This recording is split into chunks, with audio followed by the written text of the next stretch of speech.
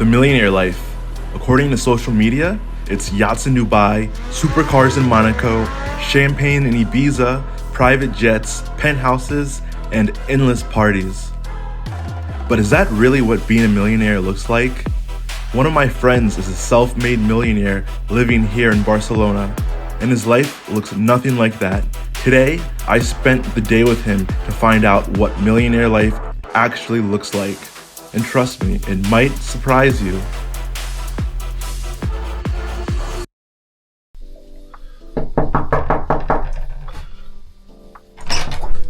Max, good to What's see good, you. James, Welcome. bro? Good to see you again. Come in, man. Come in. Wow, sick place, bro. Can we get a little tour going here? Yeah, so this is the humble abode here with my partner. This is a pretty sick pad. We're actually staying 5 minutes by the beach in Pobleno, Barcelona. So we're going to be going for a run later, which is usually what I do on cardio days. Beautiful. Super bright, man. One of the best things about Barcelona. Can you walk us through your morning routine? Just to give us an idea of what it's like to start out your morning and how important is your morning routine in your success overall? Yeah, one of the other things I do each day is do quite a bit of reading. I do reading probably for about an hour each morning. And usually on, the areas I'm passionate about, things that I'm kind of focused on, passion projects. So obviously I read a lot about financial freedom, the psychology around that, investment strategies, things that I'm working on, other ideas. Property is a big one because I'm very involved in that. Got quite a large portfolio and very active in that. I've raised quite a bit of money, so I'm kind of working through some pretty big deals at the moment. So need to have my pulse on the property market. And then just other areas that I'm super interested in, health. This is a super important thing for me. One, because the health is the biggest thing that ultimately makes your day or breaks your day. Right? If your health's great, then everything is better. If your health isn't great, then it's the opposite.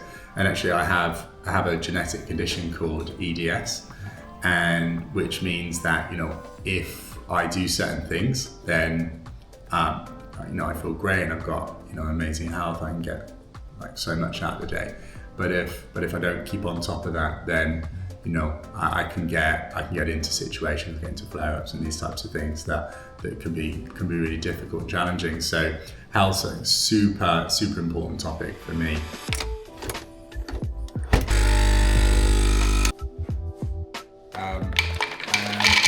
Because it's really good.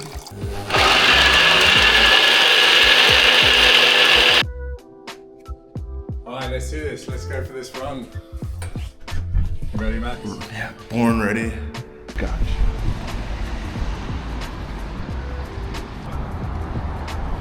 This is actually my first time being in this part of Barcelona, and I found a whole racetrack over here, a skate park. I had no idea this existed. So you run how many times a week? So 2 times a week usually. Train 6, so 3 cardio, 3 weights. And then on the 7th day is usually just like active rest day, so maybe go for a hike. As I spent the day with James, something stood out. Yes, he's a millionaire, sure, but not in the way that the world usually shows it. No yachts, no flashy cars. What struck me most was just how structured and disciplined he is. He seems to find joy in the little things, his morning routine, a beach run, journaling, and clean eating. He doesn't need to spend money to have a good time.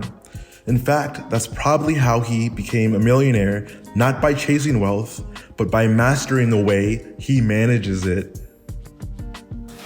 You again. Hey Max, good to see you. Come to see my second home.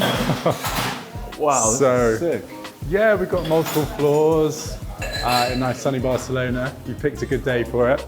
We've got all these desks, there's all the different offices. I've got a fixed desk on one of the other floors, but I thought I'd show you one of the social spaces. Nice little relaxed areas when you want to take a break. Nice, tea, coffee. There's like this really cool service where you can just put your order in and they deliver this really healthy, tasty food every day. Is there any food too? Exactly. This is a whole deal, wow. Bro, so you're a millionaire that's retired. How did you get here? Well, I mean, I grew up very poor in Birmingham in the UK, and life was difficult growing up, single mother family. My mum was amazing. I wouldn't be here today if it wasn't for her. But money was difficult and it was a constant struggle. We often at times even struggled to put food on the table, didn't have a car, and I felt a lot of pain and struggle around money at a young age. And I vowed from a very young age that I didn't want that for my life. And so I got really passionate about wanting to solve that and solve the money game. So really that sent me on a path to really trying to understand, how do you solve this money game, and how do I free myself financially to be able to do what I want in life without being restricted by money. So what was the vehicle that got you to retire at 34? Yeah. So, I mean, I didn't really have any role models in this space. No one had done it before me. Obviously at school they don't teach you this stuff. And so, I just did what society told you to do, which was get good grades and go get a good job. I did that and very quickly realized that definitely wasn't the solution. So I then went on a bit of a mission to try and find answers. So I looked online, found courses, seminars, people that had done it before, and really tried to make sense of it all and come up with a plan that would get me there. And it took quite a few years. There wasn't really anything obvious, and a lot of the stuff, a lot of the famous books are really out of date. When I looked into it, weren't really clear, wasn't obvious how to do it, and also couldn't make me do it reliably in a fast way. But I kind of kept at it and pieced things together and kind of came up with a plan, which started off with the old school approach of make lots of money and then invest in the stock market. But then realized that the problem with the stock market is because of its volatility, you need a lot of money to retire. And you need a long time because you can't rely on the stock market making you money in a short period of time, right? Because it has these big ups and downs. So I decided to essentially found that there was three main things you needed to do. One was you needed to have really strong financial discipline. So I was very good at consistently not spending too much money and saving consistently right from the beginning, even when I wasn't making that much money from my job. Secondly, I realized you need to be making really good income. And so I kind of had a very clear plan of how to make more and more money. So, progressed within the company I was at, but realized I was never really going to make that much money, even if I, got lots of promotions. So as soon as I realized that, I went independent and did it myself, essentially doing the same thing, management consulting, but freelance. And that allowed me to make a lot more money in a much quicker time frame. And then lastly, around investing. So I started with the stock market, and then that allowed me to speed up how quickly I could rely on the money I was invested. And my main focus was getting it in a place where I didn't really have to do much work. So obviously I talked about development. That's something I do now just for fun.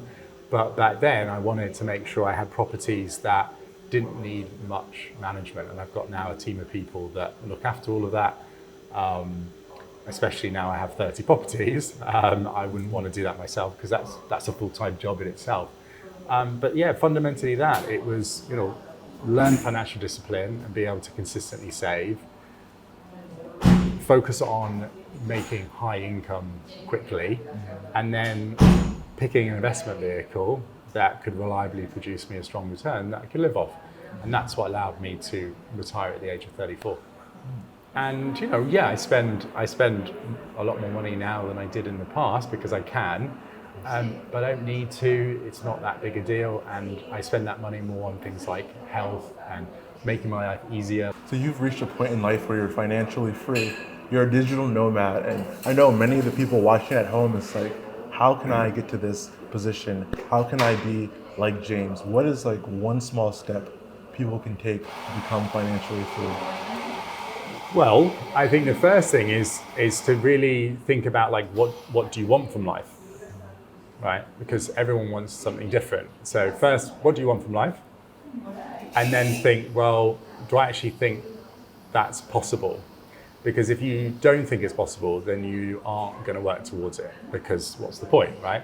So yeah, the first thing is like convince yourself that it is possible. And you can do that through, following people, having conversations and things, working it through. Because once you're like, yeah, okay, I'm clear on what I want and I know I can do this, then you can start to put a plan together, start working towards it, right? For me, it was all about getting there as quick as physically possible. So, I kind of did a lot of things that many other people probably wouldn't want to do. But you've got to think like, what is important to you? Is it as quick as possible? Is it to have a certain amount of money? Is it to do it by a certain age? And then you can start to build a plan around that. And there's lots of different ways you can do it. But there's kind of two main ways. One is to think about what it is you need to get what you want. And it's not just financial, right? It's certain relationships in your life, to be living in a certain place, these types of things. And then basically do all of that to get there. Or you can kind of take a more relaxed approach where you can kind of structure your life in a way where like you would live that life anyway, even if money wasn't important. And then in the way you're living your life, you're making the kind of money that can cover your cost of living. And there's like hybrids in between, right? Where you can kind of go part-time and get to a certain level of wealth so that you don't need to work at the same level. If you're working on something you're passionate about, you care about, and you would do anyway, and you're making money from it, well, even better, right? So I think that's the key kind of principles and steps you want to make sure you're thinking about and putting in place. Perfect.